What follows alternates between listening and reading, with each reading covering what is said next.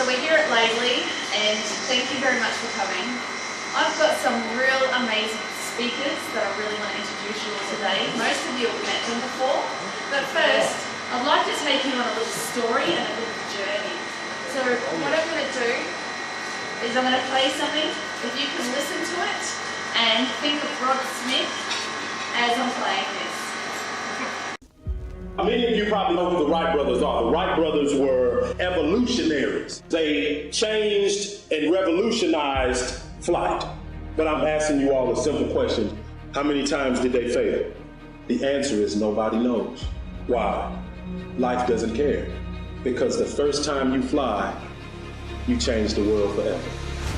Your flops and your failures yesterday doesn't even matter. It doesn't matter about what happened yesterday.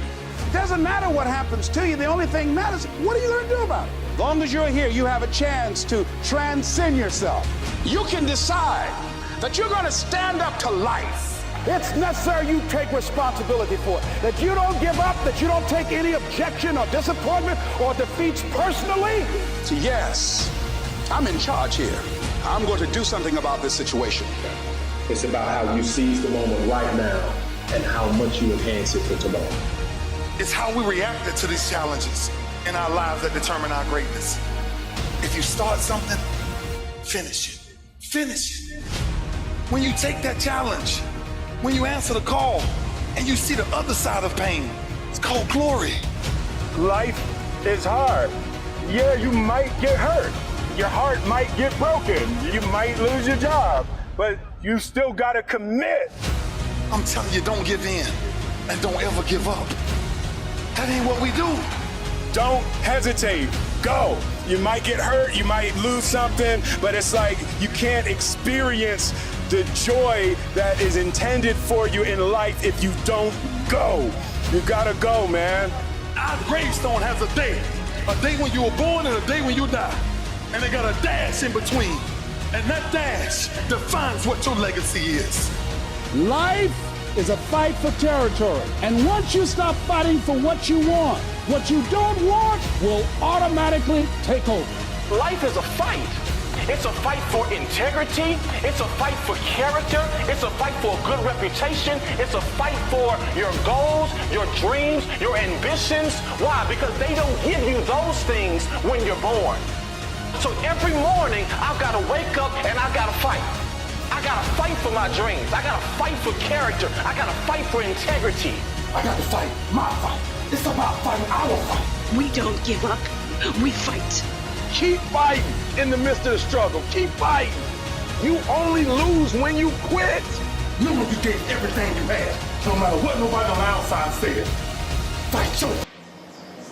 So that was just a small little clip there, and I wanted to say that every time I get negative, so I've been with One Nation for 4 years, and every time Pauline says something, I go, Rod, oh my goodness, the sky's falling. And Rod's like, Rochelle, it's okay, we've got this. We've got this, don't worry about it. That's little stuff, we've got to concentrate on the people. And then I'm like, oh no, someone posted this, Rod. It's okay, Rochelle. So he's always my grounder. He's always integrity. I panic and he goes, it's okay. It's okay that they're treating us like this. It's okay because we're not there for them. We're here for the people. Because that's the integrity this man has. He is here for the people, he's here for the right reasons, and he has us backing him.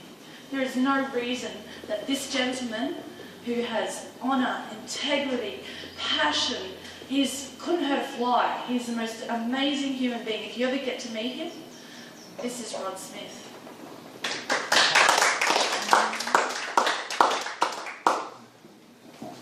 I'm a hard act to follow, aren't I? Lest we forget. Tomorrow is 100 years since that awful conflagration ended. 100 years. And when you think of the scale of the conflict and the people who were affected, and even affecting people today who are still alive, the children and whatever of those people who took part, just how traumatised it was. Well, our struggle is not as sort of dramatic as that. It's not, you know, we might not think it is, but it does. because we are the ones who are setting the standard.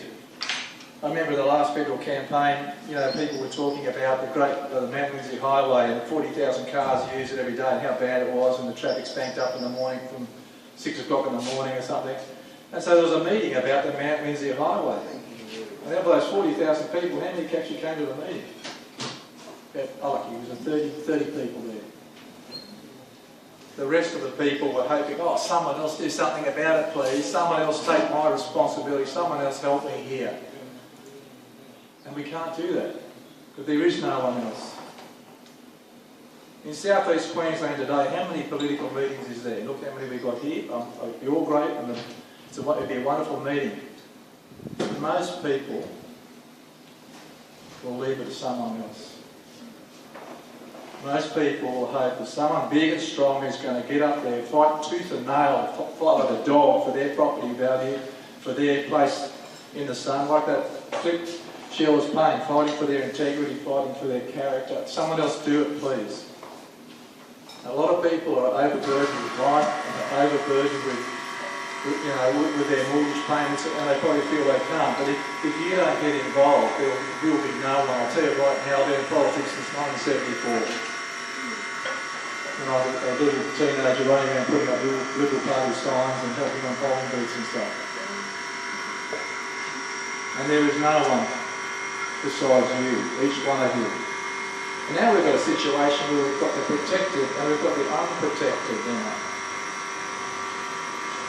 You know, we've got this huge yawning discrepancy in wealth.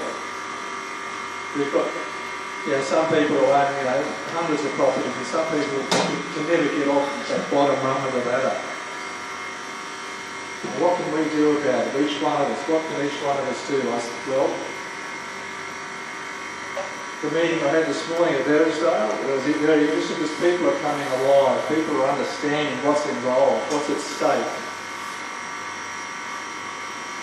If you don't fight for what you've got, for what you want for your people, no one will fight for you. If you don't get involved in politics, there will be other people who will get involved and claim to speak on your behalf.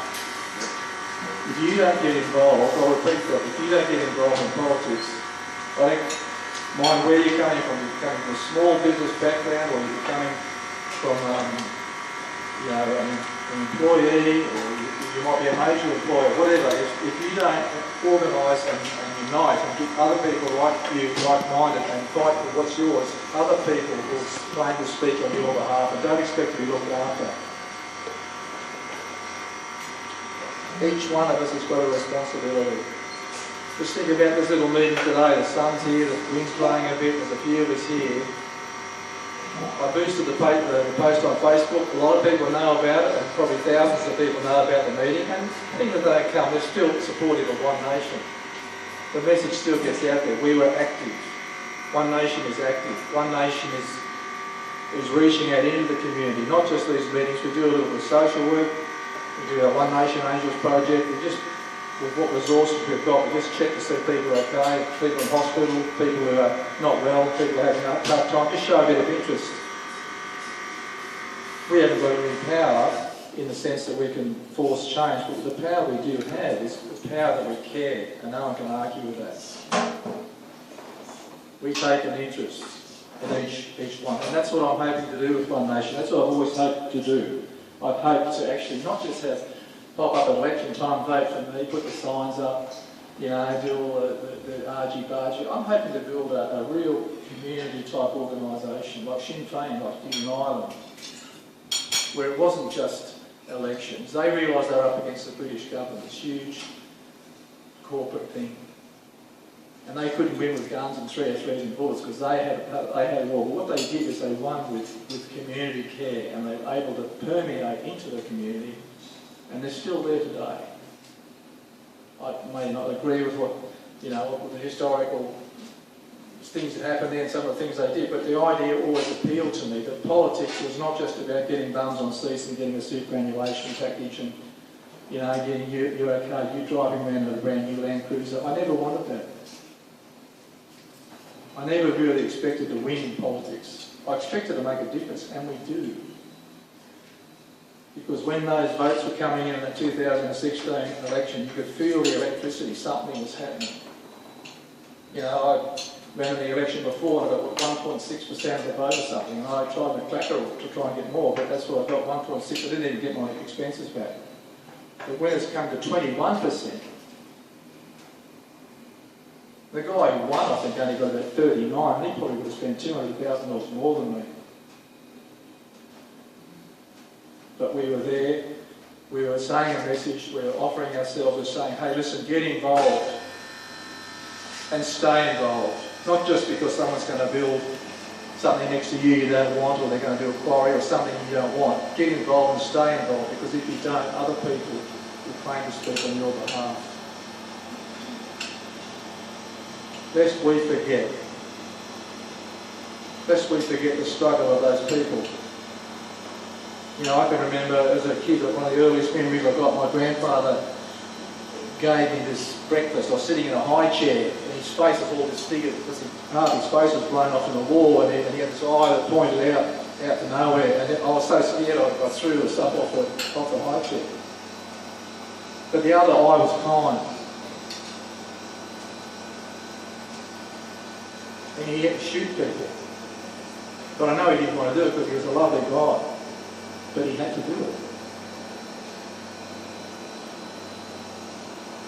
We're in the same struggle. There are people who will take what you've got unless you get involved. So I sentence each one of you today, a few of you here today, to a life of struggle, because nothing's going to be easy. Nothing is going to be quick and easy and you vote and something nice happens your way, you won't. The voting is just the icing on the cake. What matters is the long-term, hard slog, diligence, vigilance, and a bit of humility. So thanks for coming today. I hope we can hang around later on and have a bit of a chat. I appreciate each one of you who come today and made the effort to come. We've got a couple of other good speakers here today. And if you have any questions about One Nation or about what we do or about what the plans coming up for the election, don't be hesitant to talk to us. Okay, thanks again for coming. I'm Rob. Isn't he fantastic? I've got someone I'd like to introduce. Reese, can you come up here? I'm going to introduce my son. Now, I'm a mother of 5 kids, and my son was born in 2001, had a normal, healthy life. He actually won and came places in zones for running. He was sports captain for year 7, had a normal life, and then suddenly just started getting sick, breaking bones, and getting glasses, suddenly he can't see, and not too sure what's happening, and we discover that he has Marfan syndrome, severe Marfan syndrome. So what that means is his congested tissue that holds his body, his bones, his heart, his organs, his eyes, his brain, every single part of his internal structure is like stringy mozzarella cheese. So his rib cage is actually coming up and moving. He has 2 leaky valves in his heart that don't actually transfer through to his through the other side like ours does. It goes down into his lungs, so he's waking up and he's choking on blood when he wakes up, usually around 2 o'clock in the morning. His eyesight's slowly going. They said that he's most likely going to go blind. They said that his heart and the way his heart and his chest is going, he will need open heart surgery. So we've finally got a cardiologist that's going to help him with that. And we've got just several problems that they've said. They've said that he's not going to make it past 20. His lungs are going to collapse as well because they can't sustain inside. So we've gone from a healthy boy ready to live his life to bed, choking on blood and struggling every day. And so I've put it out there, I pray with Christian, we pray, and So I met this beautiful lady. I want to introduce you. She's a fantastic speaker. Would you like to come up, Caroline? Caroline's going to talk about what she's doing for us and how everything happens.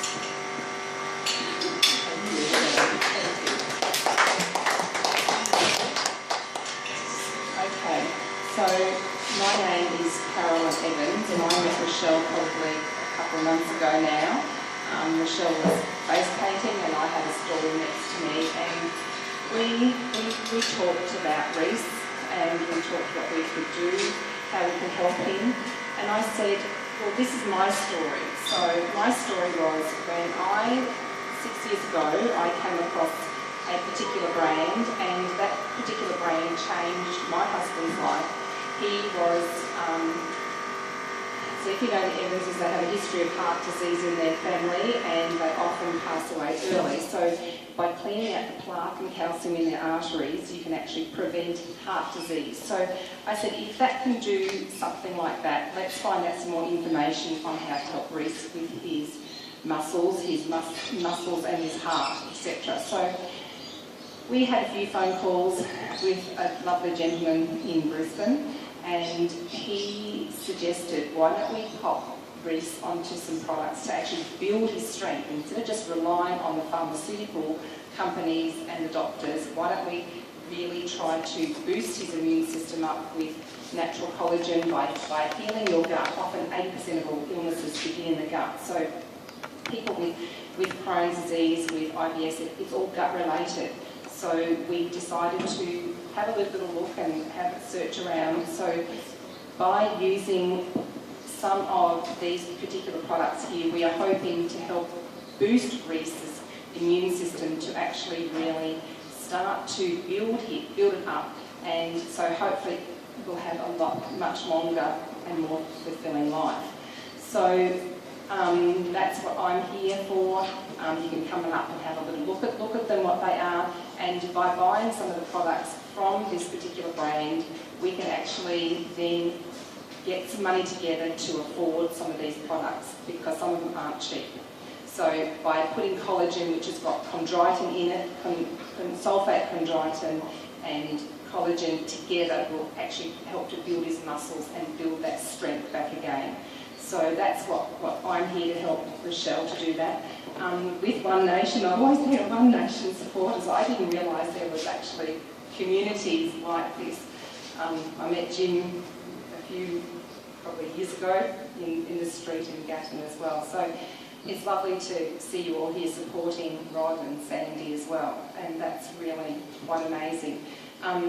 So with this particular brand, we don't have any harmful ingredients in our products. So when you are trying to build your immune system, build your strength up again, by actually avoiding all chemicals on your body when you're breathing it in or when you're putting it on your skin, with the laundry powder, etc., you can actually start to reduce the inflammation that comes into your body. So when you change brands and use these products, you can actually see a big difference, because you're reducing the inflammation, you're actually making your body stronger. So I wasn't aware of products like chemicals like sodium lauryl sulfate. It's an engine degreaser, and it's actually found in your shampoo, your laundry powder, your toothpaste. Imagine washing your teeth, brushing your teeth with sodium lauryl sulfates going into your body. So anyway, what do you use your toothpaste for? What do you? I bought the Colgate one. I shouldn't say it, but I stuck it in our roof because we had mice in it, and we found dead mice up there. So, and that's true. That was an interesting story. Yeah, but they had bloody clean teeth, right? So a little bit of poison. Interesting. So I've got, I do have a form there if you want to have a little look at it and help Rochelle. So that's why I'm here today. Thank you. So we're just asking, instead of buying from your local supermarket, if you can transfer your bathroom goods across to this brand instead of buying from the local rich people, just to help my son get his products for free, that would be amazing, just a huge help. I want to introduce you now. I'm going to put him on the spot, Jim. I want you to come up and say a quick hello. So Jim ran as the candidate here for the state election. I had the pleasure of being his assistant, as well as I have Rod. And I tell you what, Jim is the most remarkable, loyal, honest man I've met, as well as Rod, and I will follow him forever. Like, he's just amazing. So I'm just going to let him have a quick chat. Thanks, Shel. When she said I ran for Lockyer, I did. The trouble was I didn't run fast enough, obviously. But look, I won't talk about politics because Rod's already covered that. But it's interesting when you just mentioned about the chemicals in our food. It reminded me, I read an article in the paper a couple of months ago, and it was about the gay lobby and the transgenders and the queers and the bis and the ultras and the interns and all of the, you know, these gender politics that we have in this country, and people saying, how come, you know, once upon a time, you know, there was one gay guy, you know, for 100,000, now it seems every second person's gay. This article was written by a doctor, and he said that there actually probably are more gays now than before, percentage-wise, because he said there are so many chemicals in our food, it makes our bodies produce more estrogen, whether it's particularly herbicides and pesticides in the vegetables we eat, and it creates an unnatural amount of estrogen. I don't know why. He mentioned grapes in particular. He said don't eat too many grapes because they spray them with something that keeps them nice and plump and juicy, but also makes your estrogen levels go high. So basically what he was saying was, because of what we eat with our Western 21st century diets, could be contributed to a great increase in people who are very, very gender confused because they have higher levels of estrogen than a normal man. This is about the men we're talking about, not the women. And probably, that probably contributes to the fact that girls develop so much quicker these days too. But everybody's got too much estrogen in their system. So just when you mention now how this doesn't have the chemicals in it, I just sort of, just now, I thought, well, you know, that article I was reading about, that's reason enough to try to cut out the chemicals in your food, because it might be too late for some of you guys to change, but there are that younger generation, we'd like them to stay, we'd like boys to stay boys, so I think you can keep the chemicals out of your diet. You know, anything that's not processed or touched by human hands is the way to go. And if you can take some products, you know, if you can brush your teeth or wash your hair or have, you know, your laundry detergent that's not full of chemicals, well, it can't be doing any harm, and you've got to buy the damn stuff anyways. Pardon? Hasn't got rid of my wrinkles. What? Oh, I don't have any wrinkles, don't you? So I will just look. So now, just to get back to Rod for a minute. Rod's very. I keep saying to Rod, he hasn't got enough mongrel in him because he's too bloody nice. He's always so nice. And sometimes I wish he was a bit more of a bastard like me and got out there and fought. But he's a very nice man because he's a very decent Christian human being who sees good in everything. And Rod's here for the long term. But when Rod mentioned about our World War I vets and what they went through, and what we're fighting for now is nowhere near as hard as that, it's true. However, what they fought and died for, or fought and lived in turmoil for many decades later for, was for us to have what we've got now. And if we don't do something to keep it the way it is, or improve it, because it's going in the wrong direction, if we don't do something about it, they fought and died in vain. So we can either do something about it, or in 100 years from now, we might as well say all those diggers of World War I, they might as well have just stayed home and let the forces of evil take over the world, because they've done it already. It's all been lost. We fought for nothing. Our Vietnam vets, our guys fighting in Afghanistan and the Middle East now, they're fighting for nothing. You know, you can win the war, but if we lose the peace back at home, what was it for? It was for nothing. They might as well stay home and died of old age. So I think it is important to get behind political candidates like Rod, who generally wants to preserve and improve our lifestyle in this country and the morality. I said to Rod just before, I heard the Baptist preacher at the Minden Church last week say that your integrity is your currency. And, you know, I don't think too many of our politicians have much currency because they have no integrity. And Rod is a man of great integrity, which gives him great currency. You know, what he says is worth something because you know he means it. And if he says something, you know he will do it. So that's the sort of people we want in Parliament, not these bastards that we've got now. Quite frankly, they stand for nothing. They might have stood for something when they first joined up, but the party politics will grind them into submission and they'll do as they're told. They don't even know what they're voting for in Parliament anymore. They just get a note in their office, you're voting yes, you're voting no. They don't even know what the bill they're voting for means. They don't even know what it means. And we all saw the other day when Pauline Hanson put up a bill it's okay to be white, they all voted for it because somebody mistakenly sent them all a message to their offices before the vote went into the House. You're voting yes on bill number 5, whatever it is. So they all voted yes. And after oh God, we made a mistake, it was meant to be no. They didn't even know what they were voting for. That's how dumb they are, and they do as they're told. They're party hacks, and that's why you need people from these smaller parties or independents, if that the case may be, who actually know what they're doing, have actually a brain of their own and think for themselves. Because if they're in a major party, the thinking's all done for them. They hide under that blanket of the major parties. We need people to be on the other side of the blanket thinking for themselves. So I would encourage you to get behind Rod. And if there are any more meetings like this, bring somebody with you. You double the numbers straight away. Thanks, Rod.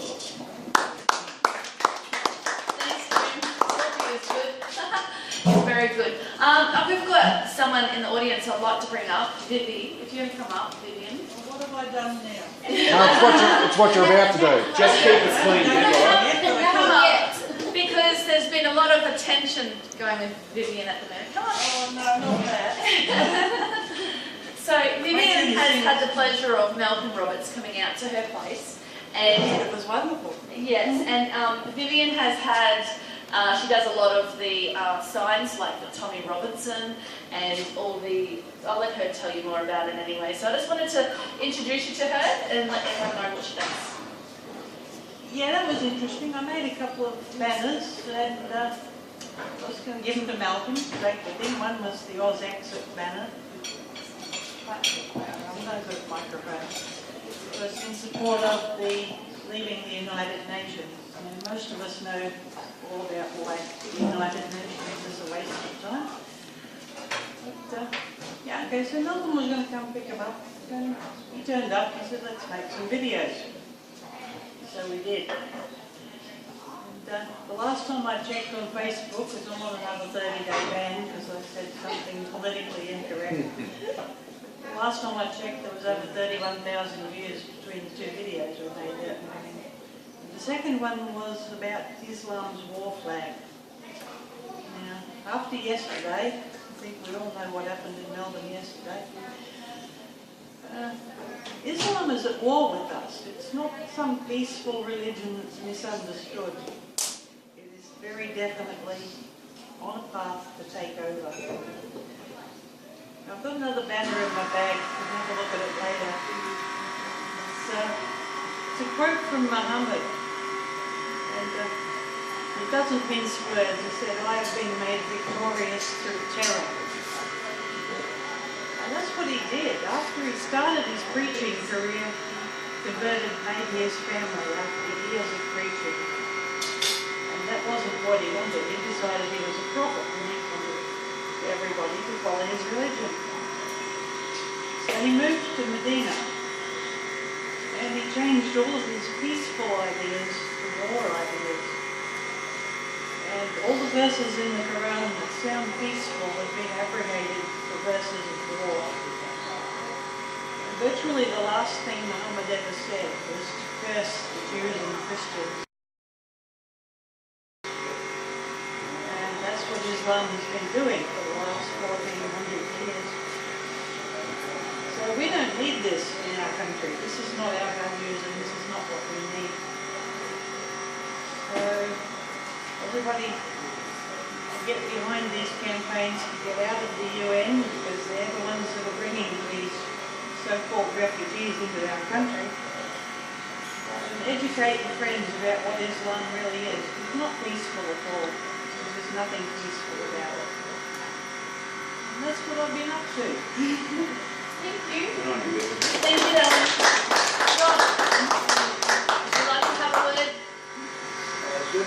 I would like to introduce the most divine John, who's filthy wellness. He has this incredible wellness, incredible spirit, And John, has been an absolute pleasure to know. I'd like to introduce you to John McDonald.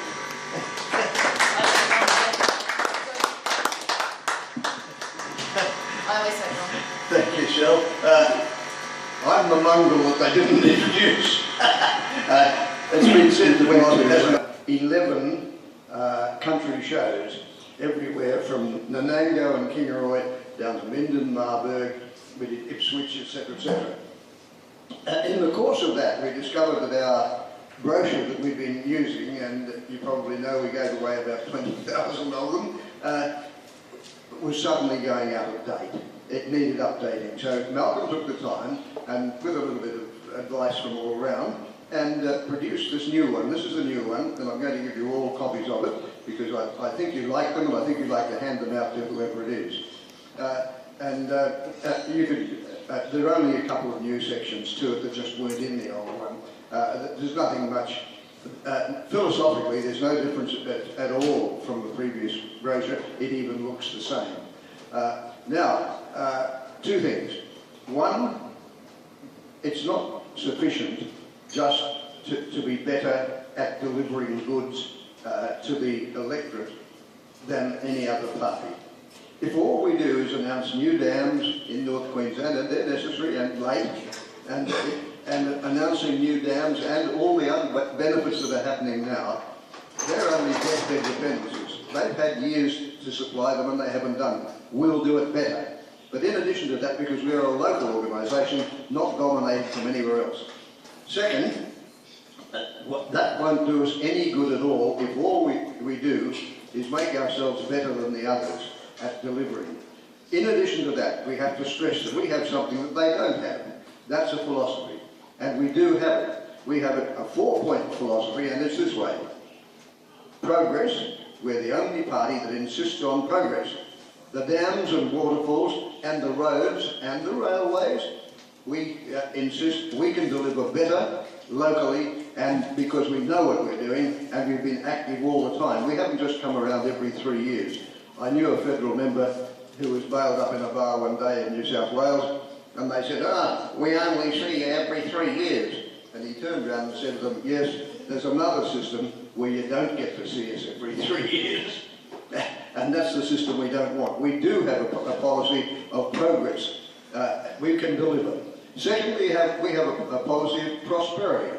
We believe in prosperity. Making a profit isn't a bad thing, it's a good thing. It's the only way the economy can expand, and it's the only way that we can increase employment and the take-home pay of most of those people out there. Whether or not they're on a wage, it's important to be in favour of profit, and we are in favour of profit. Progress, prosperity and security. Now, mention's been made of World War I. Yes, in my family we go back to the Boer War.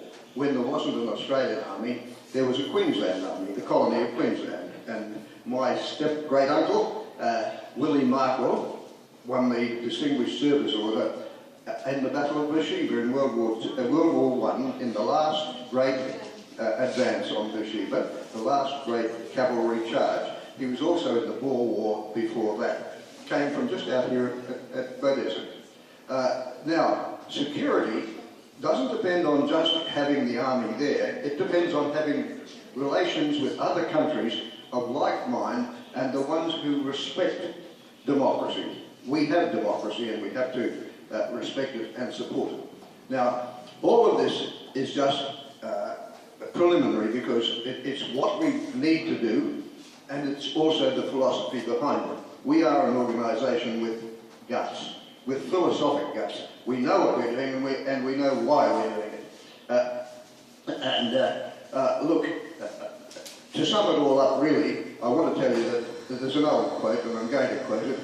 When bad men unite, the good must associate, or they fall one by one, an unpitied sacrifice in a contemptible struggle. Thank you. Thank you. Well, that comes to the conclusion for today. And I thank you all for joining in from wherever you are around the world, and thank you to the Eagle Rock Cafe for having us again. Yep. And yeah, lovely to see you all, and we'll see you next time.